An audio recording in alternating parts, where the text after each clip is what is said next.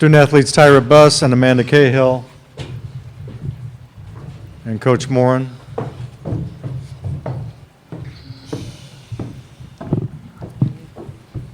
And Terry, if you would, just make an opening statement, and then we'll go to questions for the student athletes. Well, obviously, we're very disappointed in those 40 minutes. You know, this is not the team that, you know, we've seen throughout Big Ten play.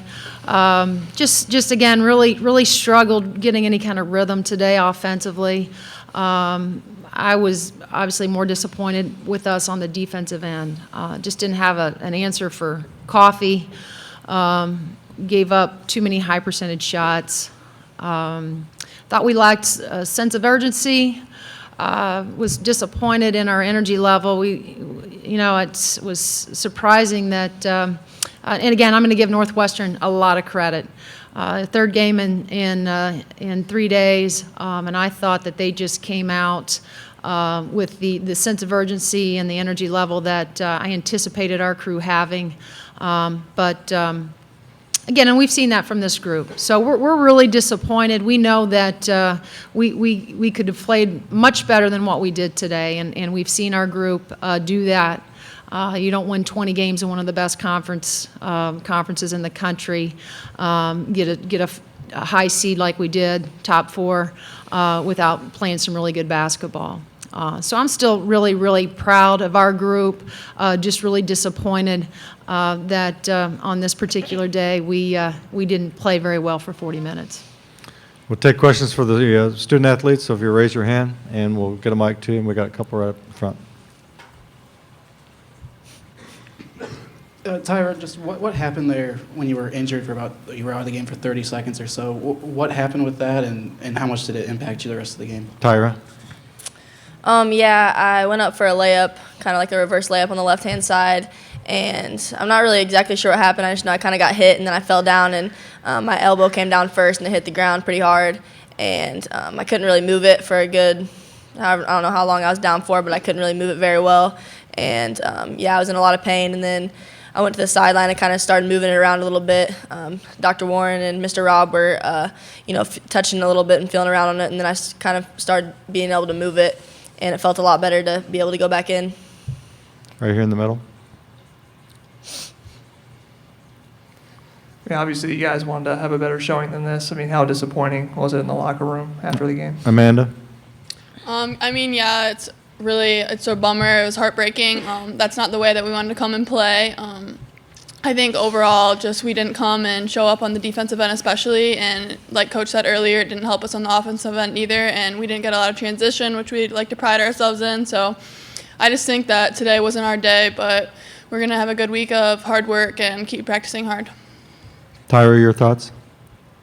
Yeah, just like Amanda said, and Coach was saying, you know, we were really disappointed in how we came out we didn't really come out with the energy and intensity that we usually do, and like Amanda said, you know, our defense wasn't where it needed to be, and Coach said we didn't have an answer for Coffee. She kind of just, you know, could take any shot that she wanted, and so we were really disappointed with that, and also, like Amanda said, you know, we really pride ourselves in transition and getting those fast breaks, and I don't think we got a lot of those. I don't even know if we got, you know, any. So I think that's we were really upset about it in the locker room for sure.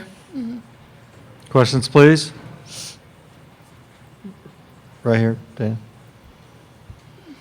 Tyra, did your elbow bother you at all after you came back out as far as your shooting percentage? Tyra? I mean, it definitely was bothering me, and I could feel it, and there's a bump on it, but I definitely could have shot the ball a lot better than what I did, but I wouldn't say that it was really affecting me too much, but it was definitely bothering me the whole game. And do you know when the at-large bids are announced for the NCAA tournament, and how are you going to handle the wait, however long that is? Amanda? Yes, not this Monday, but the following, and yeah, today we didn't play our best game, but we think that throughout the season we've proved that we deserve to be in that spot in the top 64 teams in the country, and I'm still really proud of my team and our coaches and what we've accomplished so far, but we don't want to hang our hat on that. So like I said before, we're just going to keep working hard, and it's out of our hands, so we'll find out, I guess, next Monday. You guys still have right here in front?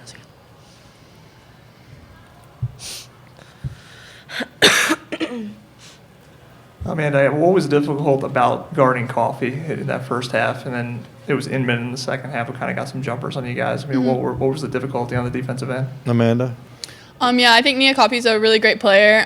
She's really good in transition. I think she got us a couple times in that, and just being able to hit the outside shots and drive as well. She just is a hard matchup for different people, and we had various people try to match up with her, and it just didn't go our way tonight. And that kind of falls on the whole team, not having good help defense, and just going back to not playing connected on the defensive end. Anything else? Thank you, ladies. Thank you. Continue for Coach Moran. Right here. Terry, you mentioned rhythm, and it struck me that handling the double bye. Just in your sense, what's important for any team to handle a double bye? And even though you had a first quarter lead, but the percentages probably were not what you expected, about 35%. What did you notice there in rhythm, and what is important for any team to handle a double bye? I think that's a great question.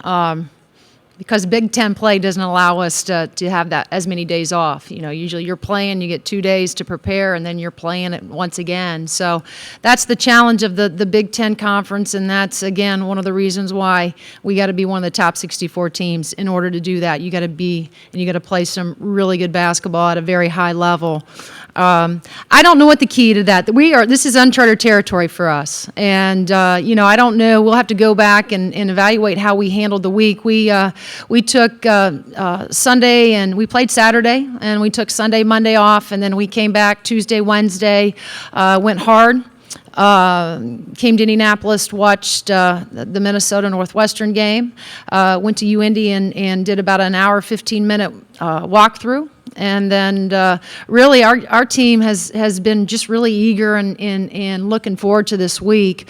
So I am, I think no one's more surprised than their coach in terms of how we came out today with, like I said, just as hyped up and as amped up as this group has been. I was kind of disappointed that we didn't have more energy. But, again, I don't know what to attribute it to. I don't know what the answer and all that is, but hopefully the next time we're in this situation, we may look at it differently.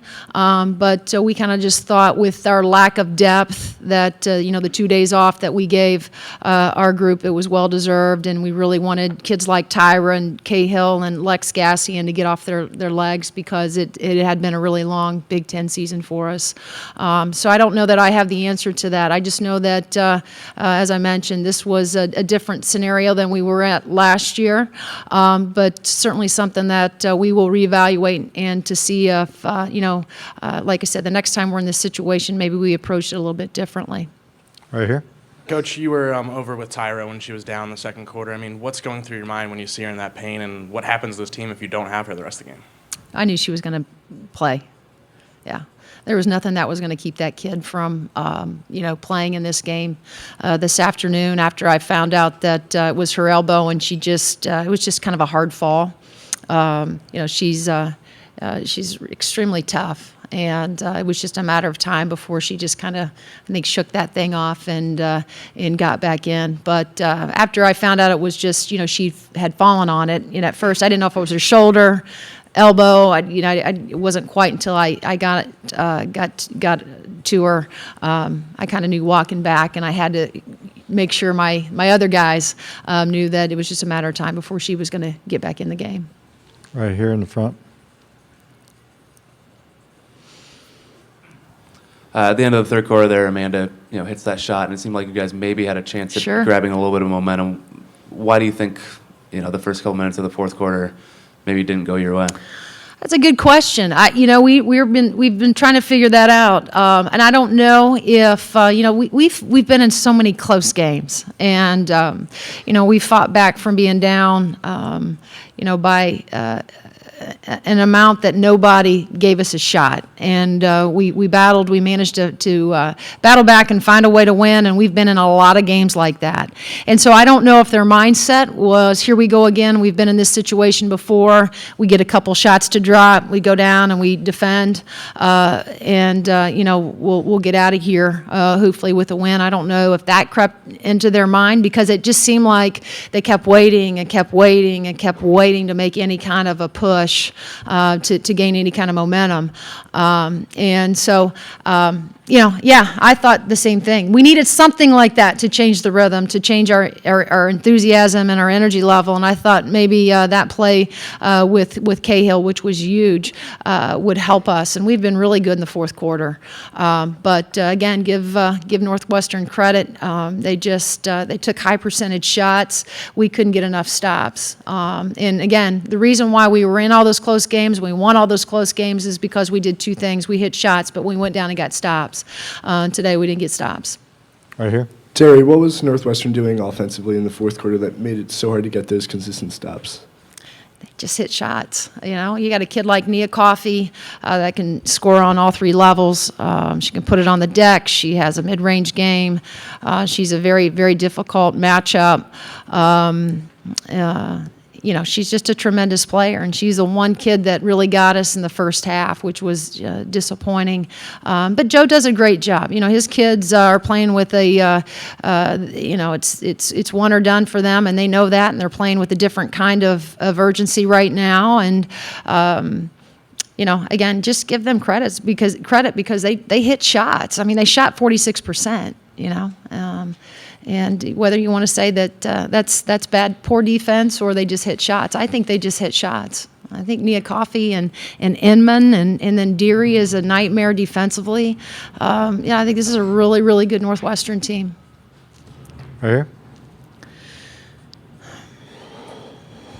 You hinted at it earlier. I mean, do you think this team's done enough to make the NCAA tournament? Oh, there's no question. You're top four in one of the best conferences in the country. We've played on the road. We've beaten 3 ranked teams. Our RPI is near a 40, which is tremendous. That means you're playing people, and we committed to doing that from the beginning. 3 wins against top 50 RPI. I don't know how you leave this group out. No question, we should be in.